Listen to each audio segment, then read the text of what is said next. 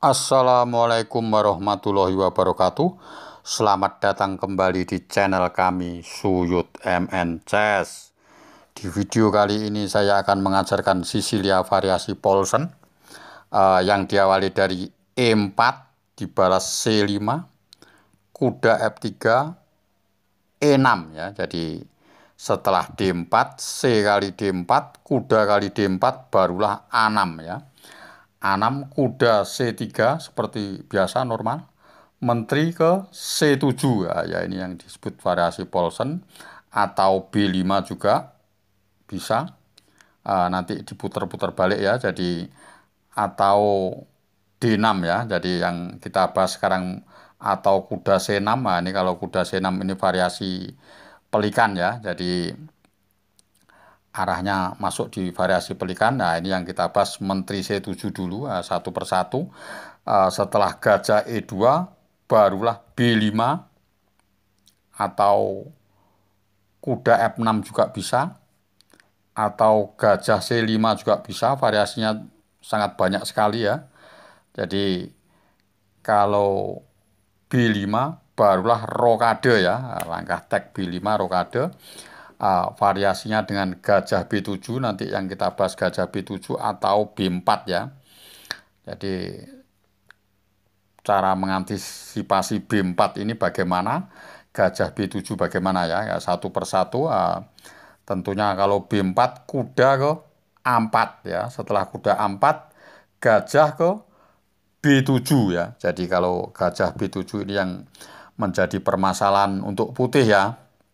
Oke, jadi adik-adik junior yang baru belajar dan kawan-kawan catur, tentunya cara mengantisipasi serangan Paulsen dengan gajah B7 menghantam pion E4 ya. Oke, jadi langkah yang terbaik untuk putih ini apa ya? Tentunya kalau F3 ya ini kurang bagus ya. Jadi kalau F3 tentu hitam, yang diharapkan hitam ya, kuda di F6.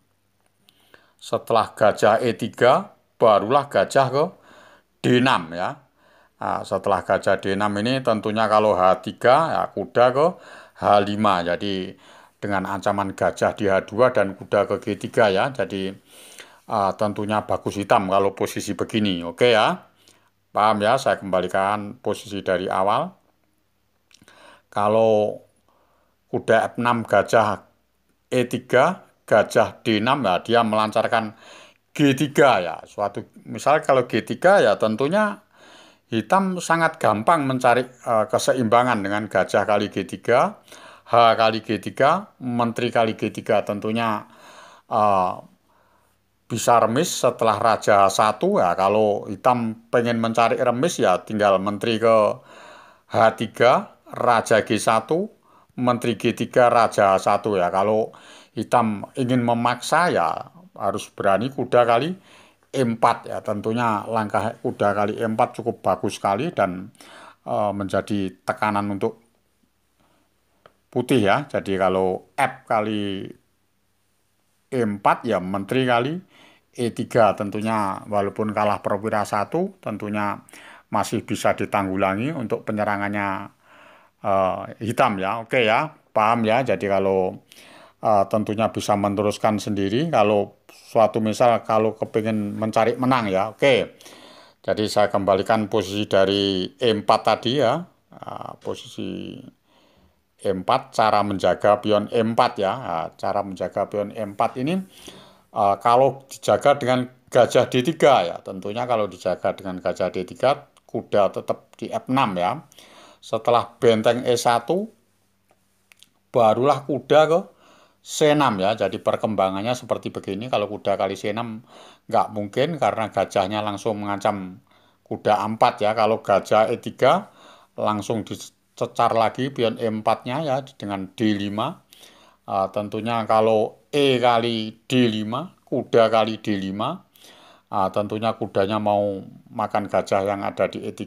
Setelah kuda B3 ya tentu balik lagi gajah di D6 dulu, mengancam pion di H2, kalau H3 baru kuda kali E3 ya. Setelah benteng kali E3 barulah kuda E7 dengan tujuan biar tidak masuk kuda yang ada di C5 ya, mengancam gajah yang ada di B7.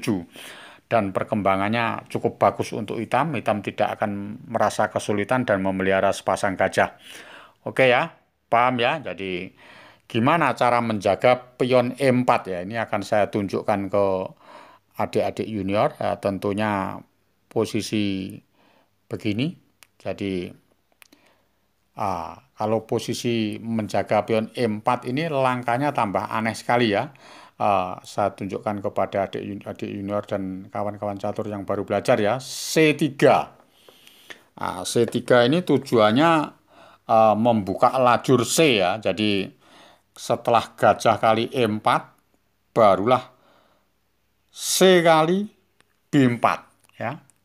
Setelah C kali B4 ini, kalau hitam mau menerima pion B4 gajah kali B4 ya, ini untuk keseunggulan putih ya. Jadi cara mengantisipasinya cukup dengan gajah di F3 ya. Jadi gajah F3 nantinya langkahnya untuk hitam tentu variasinya banyak sekali. Tentu kuda di F6 dengan perkembangan mungkin ya, D5 ya, atau apa ya, atau gajah kali F3 ya, boleh.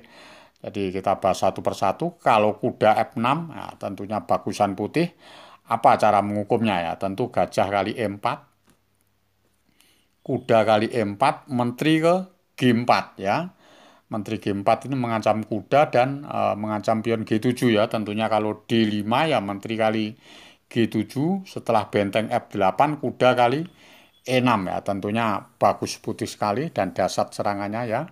Tentunya bisa dipastikan putih menang. Oke ya, dipaham ya. Jadi saya kembalikan posisi dari di sini.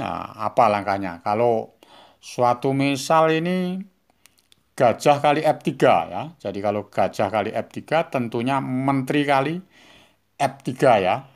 Kalau menteri kali F3, kalau dia D5 menjaga benteng yang ada di A8 ya, tentunya langsung aja gajah ke F4 ya. Jadi cukup bagus sekali. Kalau gajah ke F4 ini tentunya perkembangannya putih cukup bagus ya. Apa langkahnya ya? Jadi sangat sulit sekali untuk dijalankan sebagai pemain eh, hitam ya. Kalau E5 tentunya nggak mungkin gajah kali E5 ya.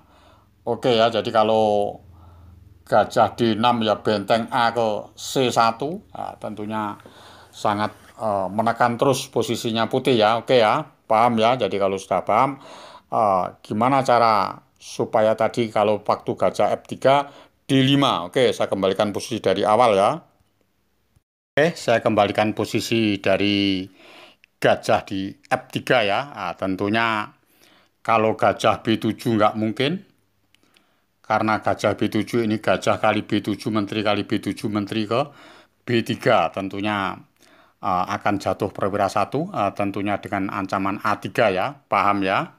Jadi langkahnya apa ini? Kalau suatu misal D5 ya, kalau D5 langsung menteri ke B3, kalau gajahnya makan ke F3 dulu, tentunya menteri kali B4. Setelah gajah balik di E4, barulah gajah ke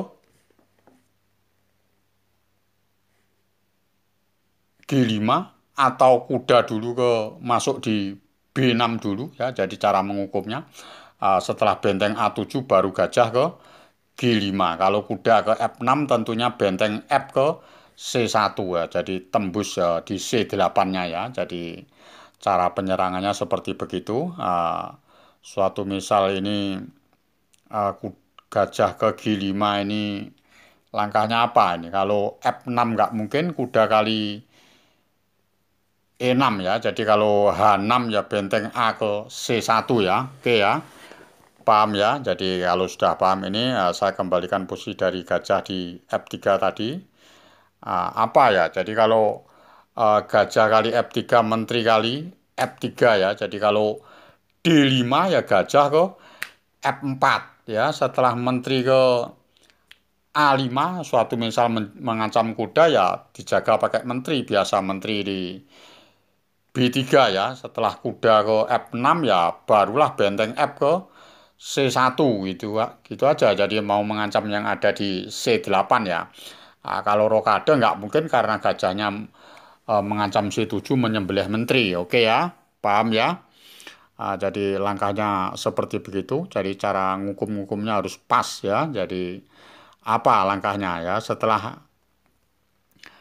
ini tentunya kalau D5, D5, gajah F3 sudah. Kalau D5 menteri ke B3 ya. Jadi setelah gajah ke D6 ya gajah kali F3 ya. Setelah gajah kali E4 maksud kami ya. Setelah E kali D kali E4 baru kuda ke B6, benteng A7 gajah ke E3. Jadi dikasihkan perwiranya ya, jadi dikasihkan pion yang ada di H2 ya. Mungkin kalau gajah kali H2 ya tentunya malah kehilangan tempo ya. Cukup dengan raja di H1 ya. Apa? Suatu misal ini gajahnya balik di D6 lagi mungkin mau dijebak sama G3 ya.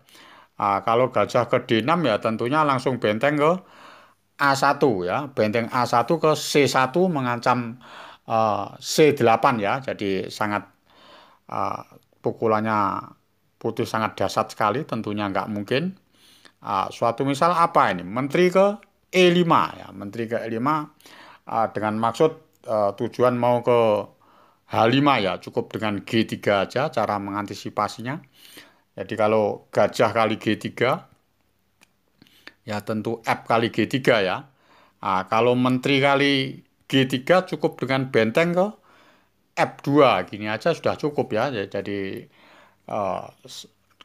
perwiranya cuma yang hidup cuma menteri aja. Kalau setelah kuda F6 ya benteng ke A ke G1. Kalau menteri ke H3 ya benteng ke H2 ya. Jadi tentunya malah menterinya kejebak ya. Oke ya, paham ya. Jadi cara penghukumannya seperti begitu. Oke, saya kembalikan dari posisi gajah ke F3 dulu.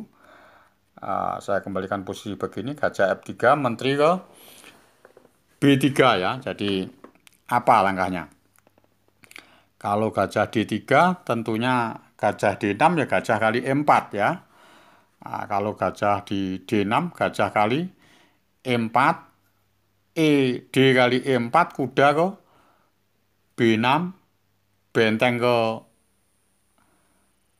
A7, gajah ke A3 ya. Suatu misal apa ini? Benteng ke B7 ya. Kalau benteng ke B7 apa yang dijalankan ya? Kalau benteng ke B7 tentunya kuda ke cek di menteri di A4 juga bisa, atau kuda di menteri A4 aja lebih bagus ya, menteri A4. Setelah itu disusul benteng A ke C1 ya, tentunya tembus ya. Setelah raja di F8 ya benteng A ke C1 ya, tentunya menteri kali B6 nggak mungkin, ada kuda kali E6 ya, paham ya. Jadi langkahnya seperti begitu. Oke, jadi kalau sudah paham ini tentunya durasinya cukup panjang sekali ya. Jadi cara mengantisipasi penahanan pion E4 ya. Jadi dengan C3 membuka file lajur C ya. Jadi nanti tentunya ada part kedua, part ketiga, dan part keempat ya. Jadi variasinya cukup banyak sekali ya, biar adik-adik catur pemula yang bisa memahami dengan gampang, karena durasinya ya agak terlalu tidak terlalu panjang-panjang sekali. Oke, jadi saya akhiri sampai di sini opening dari kami. Salam Gen Unasumus. Kita satu keluarga. Wassalamualaikum warahmatullahi wabarakatuh.